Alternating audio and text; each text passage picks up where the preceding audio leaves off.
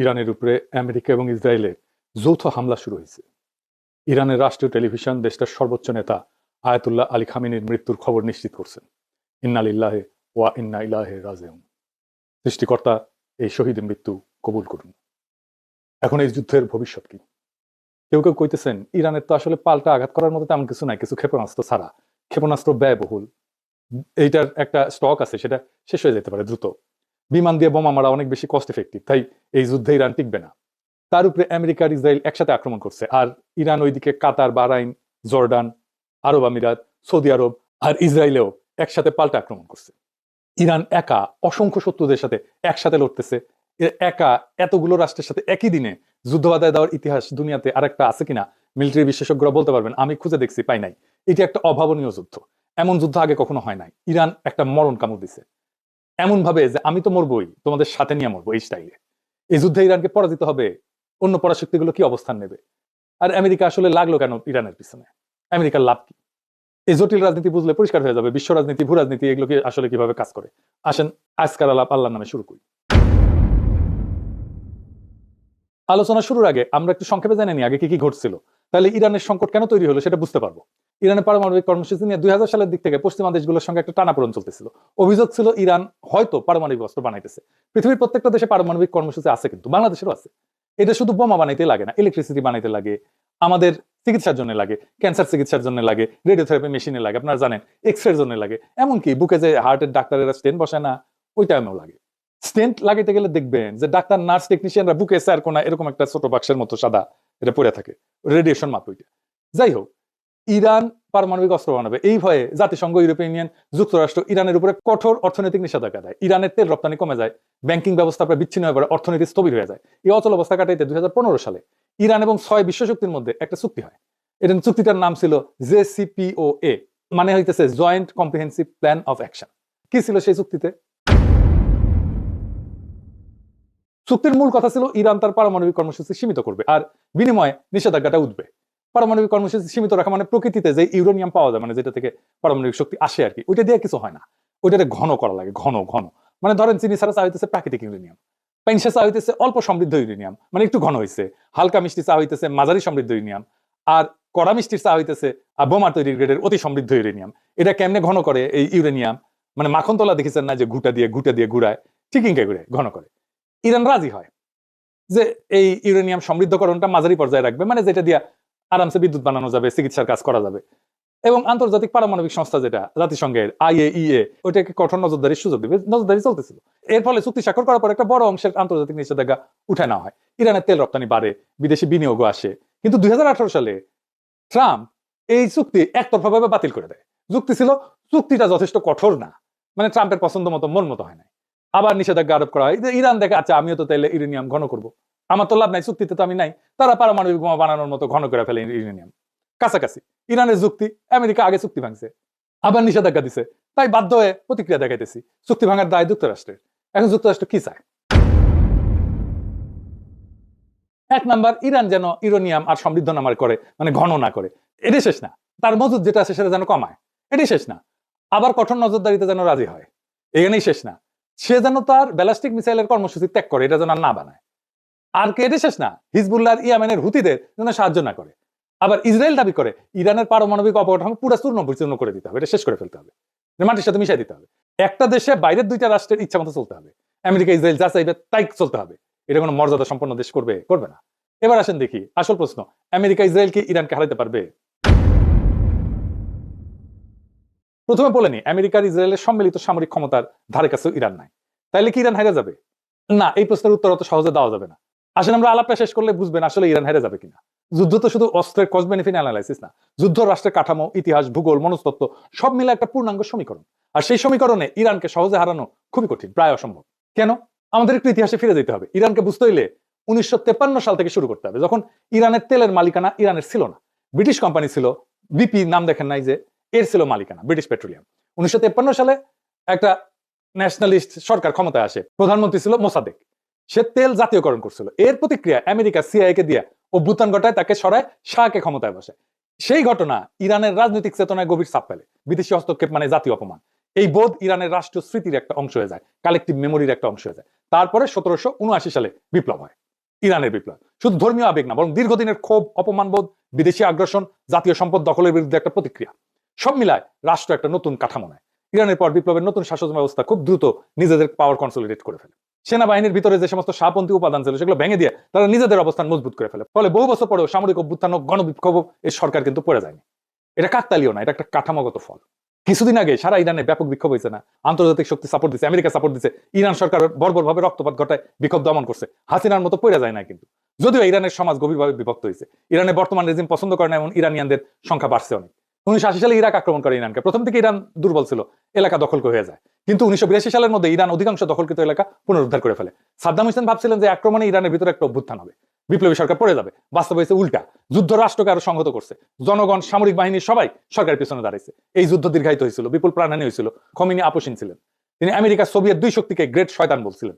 এর ফলে Iraq Iran যুদ্ধের সময় আমেরিকা, সোভিয়েত ইউনিয়ন, আরব রাষ্ট্র অনেকেই ইরাককে সাহায্য দেয়। সেজন্যই যুদ্ধটা দীর্ঘ হয়। তবুও ইরান রাষ্ট্র হিসেবে ভেঙে পড়েনি, বরং দীর্ঘ যুদ্ধ তাকে আরো যুদ্ধ সহনশীল রাষ্ট্রে পরিণত করছে। এই আক্রমণ ইরানকে আরো সংহত করবে কিনা সেটা আগামী কয়েকদিনের দুনিয়া দেখবে। খামেনির মৃত্যুর পরে কি ঘটবে এখন অনুমান করা শক্ত, কিন্তু সম্ভাব্য সিনারিও কি হইতে পারে সেটা আমরা একটু আলাপ করতে পারি। যদি শুধু আকাশ থেকে বোমা মারা হয় তাতে সামরিক স্থাপনা ক্ষতিগ্রস্ত হতে পারে, কিন্তু রেজিম চেঞ্জ হয় না, সরকার পতন নিশ্চিত হয় না। ইতিহাসে দেখা গেছে নো ফ্লাই জোন বলেন, দীর্ঘ বোমা বর্ষণ বলেন, এসব চলতে পারে বছরের পর বছর, কিন্তু স্থল আক্রমণ ছাড়া, গ্রাউন্ড ইনভেশন ছাড়া রেজিম চেঞ্জ করা কঠিন। ইরানে গ্রাউন্ড ইনভেশন কেন কঠিন? প্রথমত ভূগোল। স্থল পথে ইরানে ঢুকতে গেলে পশ্চিম ইরানের দীর্ঘ জাগ্রস পর্বতমালা অতিক্রম করতে হবে। পাহাড়ি ভূখণ্ডে বড় আকারের সেনা, ট্যাঙ্ক, সরবরাহ লাইন এগুলো গায়ে নেওয়া খুব কঠিন। সরু গিরিপথ থাকে, উঁচু নিচু পথ থাকে। এখানে যারা প্রতিরক্ষা করে, ডিফেন্স করে, তাদের বেশি সুবিধা। ইরান মূলত একটা বিশাল উচ্চভূমি, চারপাশে পর্বতমালা, মাঝখানে মরুভূমি, আর জনবসতি অনেক জায়গায় পাহাড়ের ভেতরে আড়ালে। এই ভূগোল আক্রমণকারীদের জন্য তিনভাবে বিপজ্জনক। একটা হচ্ছে মেকানাইজ বাহিনী, এগুলো ট্যাঙ্ক ইত্যাদি গাড়ি, বহর টহর এই সমস্ত নিয়ে যখন যায়, আগাইতে যায়, তখন গতি কমে যায়। সংকীর্ণ উপত্যকার মধ্যে দিয়ে যেতে হয়, চোখ পয়েন্ট আছে, মানে যেখানে আটকায় যেতে পারে। এইসব জায়গায় কনভয় আটকে গেলে ক্ষয়ক্ষতি দ্রুত পারে, উপর থেকে আক্রমণ করবে। যারা ডিফেন্স করে তাদের এখানে সুবিধা, উচ্চভূমি থেকে নজরদারি করতে পারে, অ্যাম্বুশ করতে পারে, প্রতিরক্ষা লাইন তৈরি করা তুলনামূলকভাবে সহজ। ইরান সবসময় এই অ্যাডভান্টেজে থাকবে। রাজধানী বা নগরগুলো এগুলো ইনসুলেটেড, মানে বড় শহরগুলো অনেকটাই পাহাড়ি বলয়ে সুরক্ষিত, চারিপাশে পাহাড়। দ্রুত ধাক্কায়, কুইক থ্রাস্ট যেটাকে বলে মিলিটারি ভাষায়, এটা ফলানা কঠিন। ইরান সমতল ইরাকের মতো না, এখানে ভূগোল নিজেই এক ধরনের প্রতিরক্ষা বাহিনী হয়ে থাকে। এরপর আছে লজিস্টিক্স বা সরবরাহ। ইনভেশন মানে শুধু সৈন্য যাওয়া না, এটা সাপ্লাইয়ের যুদ্ধ বটে। স্থল আক্রমণে যেটা মানে সাপ্লাই চেইনের উপরে বেঁচে থাকা, সাপ্লাই লাইনের উপরে বেঁচে থাকা। প্রত্যেকদিন বিপুল জ্বালানি, গোলা বারুদ, খাবার, যন্ত্রাংশ এই সমস্ত দীর্ঘ রুটে এনে পৌঁছাইতে হবে। পাহাড়, মরুভূমি এই সমস্ত পরিবেশে কনভয় ট্রান্সপোর্ট ইন্টেন্সিভ এবং সিকিউরিটি ইন্টেন্সিভ হয়। একবার সাপ্লাই লাইন যদি ভেঙে যায়, তাহলে ফ্রন্ট লাইনের শক্তি থাকলেও এটা কার্যত থেমে যায়, কাজ করতে পারে না, আক্রমণ করতে পারে না। এটাই বড় পার্থক্য। গ্রাউন্ড ক্যাম্পেনে আপনার যুদ্ধ ক্ষমতা নির্ভর করে সাপ্লাই পৌঁছায় কিনা এটার উপরে। এরপর আছে এন্ট্রি প্রবলেম, কোন দিক থেকে ঢুকবে। এটা এই রাজনীতিতে অনেক সময় সামরিক সমস্যার চেয়ে বড় হয়ে যায়। ইরানে বড় স্কেলে স্থল আক্রমণ করতে গেলে প্রতিবেশী দেশগুলো ঘাটি, করিডোর দরকার পড়বে, কিন্তু আঞ্চলিক রাষ্ট্রগুলো রাজনৈতিক ঝুঁকি নিতে চায় না। নিজেদের ভিতরে অস্থিরতা, ইরানের পাল্টা আঘাত, এই সমস্ত কারণে এই অ্যাক্সেসটা দিতে চায় না, এবং দেয়ও নি কেউ। এই জন্য অপারেশনাল প্ল্যানিং খুব জটিল হয়ে যায়।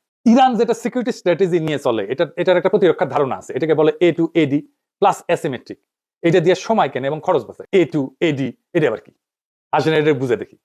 এনা সামরিক টার্ম ইউজ করলাম আর কি, কুল লাগে এনা এগুলো শুনলে, বুঝে কই। A to AD মানে হচ্ছে অ্যান্টি অ্যাক্সেস, দুইটা এ, সেজন্য A to AD মানে হচ্ছে এরিয়া ডিনাল। সহজ ভাষায় শত্রুকে ঢুকতে দিও না, ঢুকলেও আরামে চলতে দিও না। ধরেন কেউ আপনার বাড়িতে ঢুকতে চায়, আপনি কি করবেন? গেটের সামনে কাটা বসাবেন, রাস্তা ব্লক করবেন, চারপাশে নজরদারি বসাবেন, ঢুকলে আঘাত করবেন। ইরানও সমুদ্র এবং আকাশপথে ঠিক এইটাই করে।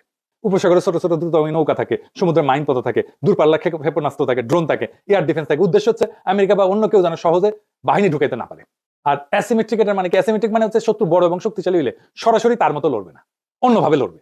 ইরান জানে যুক্তরাষ্ট্র প্রযুক্তি, বিমান, জাহাজে অনেক আগায়, তাই ইরান সরাসরি ট্যাঙ্ক বনাম ট্যাঙ্ক যুদ্ধ করতে যাবে না, বরং ছোট ছোট ছোট ছোট আঘাত, ড্রোন হামলা, প্রক্সি বাহিনী ব্যবহার করে মিসাইল ছড়ে দূর থেকে চাপ সৃষ্টি করবে, সাইবার হামলা করবে। এইভাবে বড় শক্তিকে ধীরে ধীরে ক্লান্ত করে ফেলবে। আর সময় কেনা মানে কি? ইরান জানে যে সে হয়তো দ্রুত যুদ্ধে জিতবে না, কিন্তু সে যুদ্ধ লম্বা করতে পারে। যুদ্ধ যত লম্বা হবে আমেরিকার খরচ বাড়বে, রাজনৈতিক চাপ বাড়বে, আন্তর্জাতিক সমর্থন কমতে পারে, জ্বালানির বাজার অস্থির হয়ে যাবে। অর্থাৎ ইরানের কৌশল হচ্ছে দ্রুত হারবো না, যুদ্ধকে এমন ব্যয়বহুল বানাবো যাতে শত্রুই ক্লান্ত হয়ে যায়। আর খরচ বাড়ানো মানে শুধু টাকা পয়সা খরচ না, খরচ বলতে অর্থনৈতিক খরচ তো আছেই, তার সাথে সামরিক ক্ষয়ক্ষতি, রাজনৈতিক ক্ষতি, আন্তর্জাতিক চাপ। ইরান চেষ্টা করে যেন প্রতিপক্ষ ভাবে এই যুদ্ধে ঢুকলে লাভের চেয়ে ক্ষতি বেশি। এটাকে বলা হয় ডিটারেন্স। মানে এর জন্য শত্রুপক্ষ দূরে থাকবে, আক্রমণ করার আগে 10 বার ভাববে। এরপর আছে টেক দ্য সিটি সমস্যা, মানে শহর দখল করে ফেলে হারায় দাও। এটা কিরকম, এটা একটু বুঝে দেখে, এটা মজার বিষয় আছে। ইরানের জনসংখ্যা বড় এবং অনেক, 31টা প্রদেশ আর 1,500 শহর, বড় শহরে 30টা, তারও বেশি। বড় শহরে ঢুকলে যুদ্ধ বদলায় যায়, কিন্তু ট্যাঙ্ক আর্টিলারি অ্যাডভান্টেজ কমে যায়, স্নাইপার গুরুত্বপূর্ণ হয়ে যায়, তারপরে মাইন টাইন ছোট ইউনিটের প্রতিরোধ এই সমস্ত বাড়ে, বেসামরিক ক্ষয়ক্ষতি দ্রুত রাজনৈতিক সংকট তৈরি করে ফেলে। এরকম শহর দখলে পর্যায়ে গেলে এটা রাজনৈতিক সমস্যা শুরু হয়ে যায়। রাশিয়ায় এক স্ট্যালিনগ্রাদ শহরকে কব্জা করতে পারে না হিটলার, লেজ গুটায় পালাইতে হয়েছিল। ইউক্রেনের শহর হইতেছে 450 মতো, রাশিয়া মাত্র 6-7টা দখল করতে পারছে 4 বছরের যুদ্ধে। এই জন্য আমেরিকা বড় আকারের যুদ্ধ দীর্ঘদিন চালাতে পারবে না। কেন? এটা আমার কথা না, ওয়াশিংটন পোস্টে আমেরিকান জেনারেলরা বলছে যুক্তরাষ্ট্রের কাছে এখন পর্যাপ্ত গোলা বারুদ, রকেট, ইন্টারসেপ্টর এগুলো নাই, যা বড় আকারে দীর্ঘ সময় যুদ্ধ চালাতে পারে। এবং অনেক মধ্যপ্রাচ্যের দেশও তাদের ঘাঁটিগুলো যুদ্ধের কাজে দিতে রাজি না। এটা বড় ধরনের সামরিক অভিযানের জন্য একটা বড় বাধা, ওয়াশিংটন পোস্টের জেনারেলরা বলছে, আমেরিকান জেনারেলরা। আর 2 নম্বরে দিচ্ছে রাজধানী পতন মানে রাষ্ট্রের পতন না। তেহরান দখল হইলেও সরকার পূর্বাঞ্চলে সরে যায়, যুদ্ধ চালাতে পারে। ইতিহাসে বহুবার দেখা গেছে রাজধানী হারা রাষ্ট্র লড়াই চালা গেছে। মস্কোতেই তাই হয়েছে, নেপোলিয়ান গেছে, মস্কো দখল করছে, ওরা চলে গেছে দূরে, পরে আবার ফিরে আসছে। এবং নেপোলিয়ান ওই রাশিয়ার যুদ্ধে হারছিল, কিছুই করেনি, শুধু বসেছিল রাশিয়ান সোলজাররা। যাই হোক, তৃতীয়ত রাজনৈতিক মনস্তত্ত্ব, বাইরে থেকে হামলা হলে সরকার এটাকে বিদেশি আগ্রাসন হিসেবে তুলে ধরতে পারে, জাতীয়তাবাদী ঐক্য তৈরি করতে পারে। যে জনগোষ্ঠী সরকারের সমালোচক তারাও অনেক সময় দেশের প্রশ্নে একসাথে দাঁড়ায় যায়। দেখেন ইরানে বোমা মারতেছে, যুদ্ধ শুরু হইতেছে, জন্য ইরানিরা খুশি যে তারা জবাব দিতে পারে। চতুর্থত আমেরিকার নিজস্ব রাজনৈতিক বাস্তবতা, বড় আকারে স্থলযুদ্ধ মানে বিপুল খরচ, দীর্ঘ সময় আভ্যন্তরীণ রাজনৈতিক চাপ, শুধু নৌ এবং বিমান শক্তি দিয়ে সীমিত হামলা চালানো তুলনামূলকভাবে সহজ, কিন্তু স্থল বাহিনী মোতায়েন করা এটা ভিন্ন মাত্রার সিদ্ধান্ত। আরেকটা দিকে হচ্ছে এয়ার স্ট্রাইকও কিন্তু সস্তা না। আধুনিক জেট বিমানের প্রত্যেক ঘন্টার ফ্লাইং খরচ, নির্ভুল অস্ত্রের মূল্য সব মিলায় দীর্ঘমেয়াদী বোমাবর্ষণও কিন্তু খুব ব্যয়বহুল। যদি দ্রুত রাজনৈতিক ফল না আসে, তাতে আক্রমণকারী পক্ষের আগ্রহ কমে যেতে পারে। ইয়ামেনে হুতিদের উপরে দীর্ঘ বোমাবর্ষণ করছে আমেরিকা, তাও হুতিরা আত্মসমর্পণ করছে, করে নাই। সব মিলায় সমীকরণটা এরকম যে ইরানের সামরিক সক্ষমতা হয়তো সীমাহীন না, ক্ষেপণাস্ত্রের মজুদ সীমিত, কিন্তু যুদ্ধে জেতা মানে শুধু প্রতিপক্ষের অস্ত্র শেষ হওয়া না, রাষ্ট্র ভাঙতে হইলে ভেতরের কাঠামো ভাঙতে হয়। আর ইরান বিপ্লব পরবর্তী 4 দশকে নিজেদের এমন ভাবে গড়ে তুলছে যে বাইরের আঘাত তাকে দুর্বল না করে এরকম সময় তাকে আরো সংহত করতে পারে। সুতরাং বর্তমান যৌথ হামলা ইরানকে ক্ষতিগ্রস্ত করতে পারে, কিন্তু শুধু আকাশ যুদ্ধ দিয়ে ইরানের সরকারকে সরানো, রাষ্ট্র কাঠামো ভেঙে ফেলা তা সহজ বা নিশ্চিত না। এরপরে ইরানের হাতে আছে 2টা স্ট্র্যাটেজিক অ্যাসেট। কি সেটা?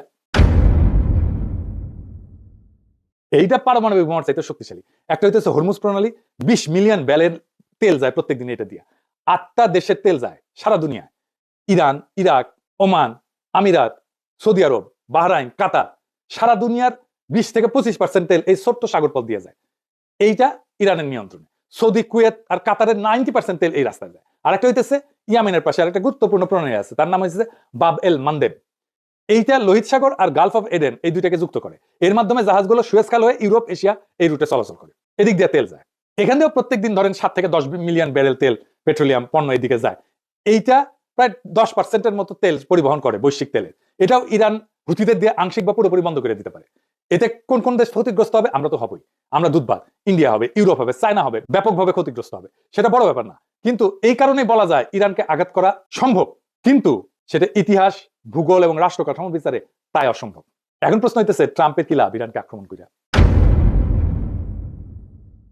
অন্য লাভের মধ্যে আছে আমেরিকাকে ট্রাম্প তো গ্রেট বানাবে, মেক আমেরিকা গ্রেট এগেন, ও গুয়াতনাই সাম রাধাকৃষ্ণের নাম।